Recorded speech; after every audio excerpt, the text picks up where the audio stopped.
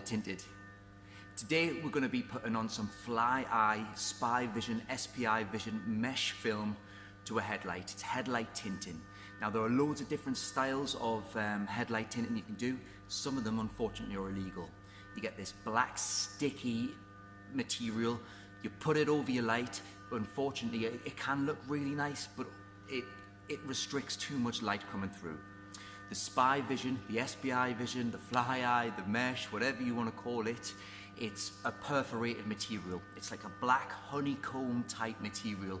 And then obviously what happens is it looks tinted from fairly close up, even better from a distance, but as soon as you turn them lights on, all the light comes through them little holes and it's completely 100% legal. Also, another bad thing about the other stuff, the solid sort of plastic sticky tinted material you can get for headlights, that the bad thing about those is you can't really apply it dry, because as soon as it grabs, as soon as it sticks, that's it.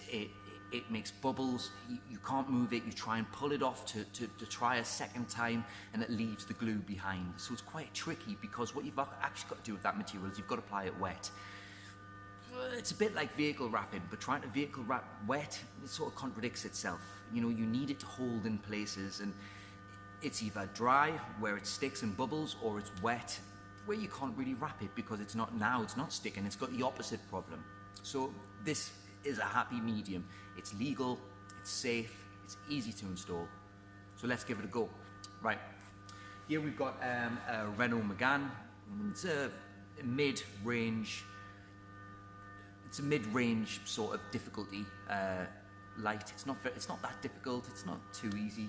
It's got that curve going around here, that sort of slope. So the material's gonna, as it wraps around here, it's gonna wanna try and finger up here. So we're gonna need to manipulate it with heat. Now, the material looks like this. Again, SPI Vision, SPI Vision, fly eye, mesh, whatever you wanna call it. Looks like that. First, what you're going to need to do is you're going to need to clean it. Clean it with alcohol, something like that, or some sort of dirt remover. But after that, you need to make sure that it's bone dry. You need to get a card, like a applicating card, something like that. Wrap some tissue around it, stick it in them edges, and really try and get them dirt out to make sure it's bone dry. After that, you'll hold up your material and you'll roughly just push your finger in that type of shape, put it on your bench, and then trim oversized. Obviously, you don't want to waste too much material on a light. You want to try and get both lights out of the height of the roll if possible.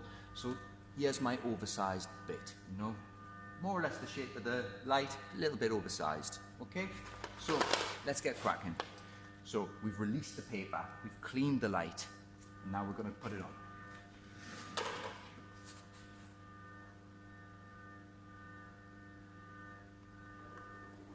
Might need to pivot it, get it in a better position. There we go, that's perfect. So, as you can see, it's on. Now, I'm sure you can see here, you've got stuff like this going on, got the stuff like that, and you've got all this sort of stuff like this as well. So we're going to try and flatten that out.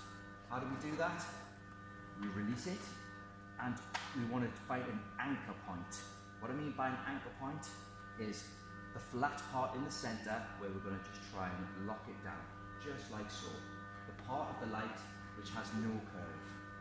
And I'm going to lift it up to the other side, and we're just going to flatten it down. And now that's going to tell us what we have to do next. So for example, we've got some little fingers here, and we've got some tiny little fingers at the bottom. You see, if I try and swoop this material over here, it's going to try and want to finger up. So we need to just remove the camera. There we go, just like so.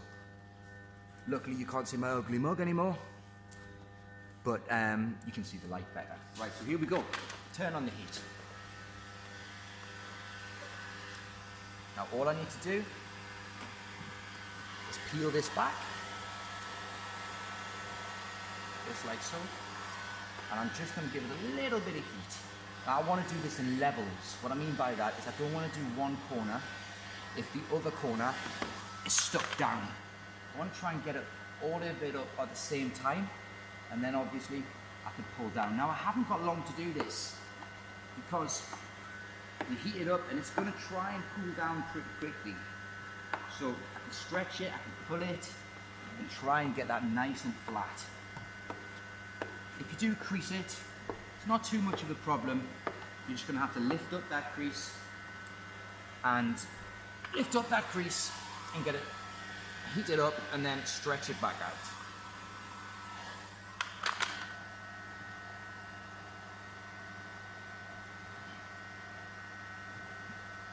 Okay, that's on. It's fingering a little bit here. It's not quite touching. So I'm just going to lift it and give it a bit of heat.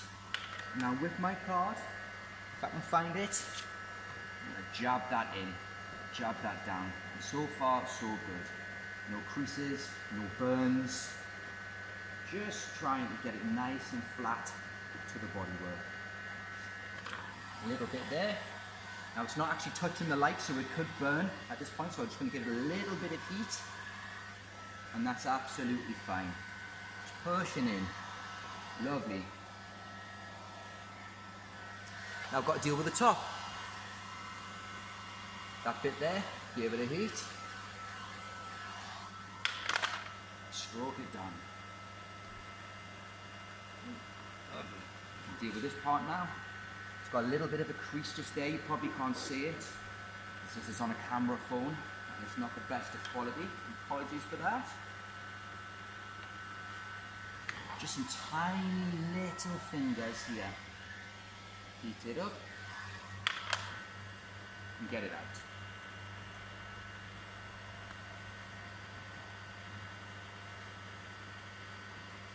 Now that's pretty much done. We're about 2 minutes away from being finished, the whole thing.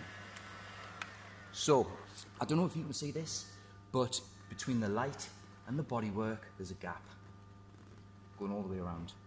If we were to keep the flat side of our blade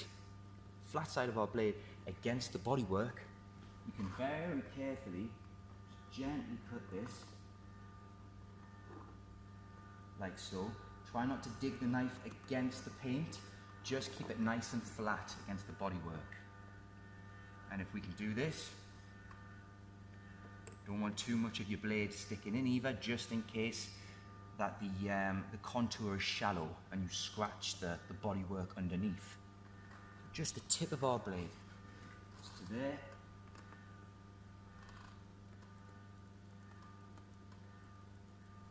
Just resting against the paintwork, resting against the metal. Bear in mind, there's a gap between the plastic and the bodywork, and that gap is going to be our over the bit that we took in. There we go.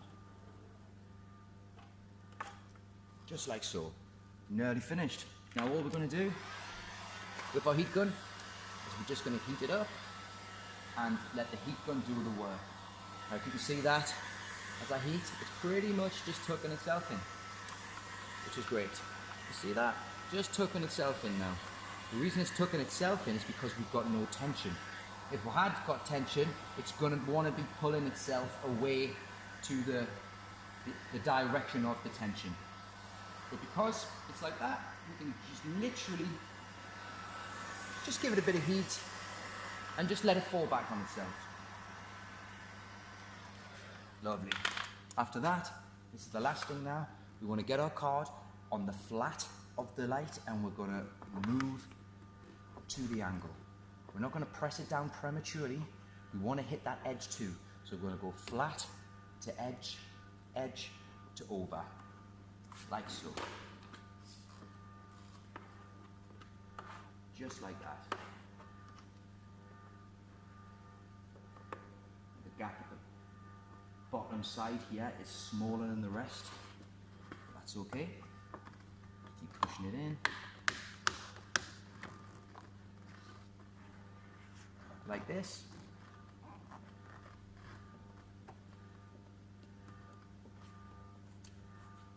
Almost finished.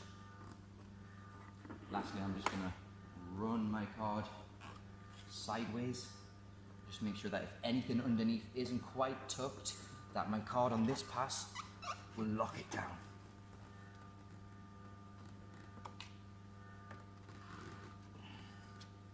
And that is literally it. I'm going to give it a quick heat just to make sure that there aren't any parts of the film that aren't touching the light. I'm just going to give it one last pass. And I think I'm pretty happy with that. And just see a little bit in there, so I'm just going to give it a little bit more heat. Press that bit down that I wasn't happy with there.